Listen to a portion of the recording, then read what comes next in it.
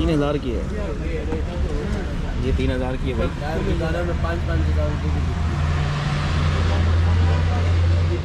भाई का कहना है कि बाहर आपको दुकानों में 5-5 हज़ार रुपये की ये आयरन मिलेगी।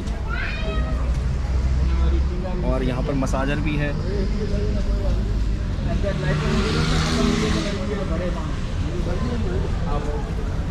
और आजकल ये बड़ी डिमांड चल रही है इसकी। तो चलिए अब आगे की तरफ। क्या हुआ, कुछ खरीदना है? हाँ। मिला नहीं? नहीं। लोग विजिट कर रहे हैं। हाँ भाई, क्या लेना है? कुछ नहीं भाई। कुछ भी नहीं लेना है? लेने आए तो क्या लेना है? कुछ लेने आए, घूमने आए तो। अच्छा देखेंगे, महंगा कुछ नजर समझ में रहा आ गया तो समझ आया तो लेंगे इंशाल्लाह। अच्छा, यहीं के रहायशी हो? हाँ, नहीं सिंध से आए हैं। सिंध से आए? जी हाँ। तो अभी क्या कैंट से आ रहे हो? शिकारपुर से। हाँ जी हाँ। कैंट से सीधे यहीं आ गए? अच्छा जी, यहीं आ गए हम। तो लेकिन अब यहाँ पर ये रश लगा रहेगा। अभी हमसे एक मुलाकात की बाबा ने, वो लाड़काना से आए।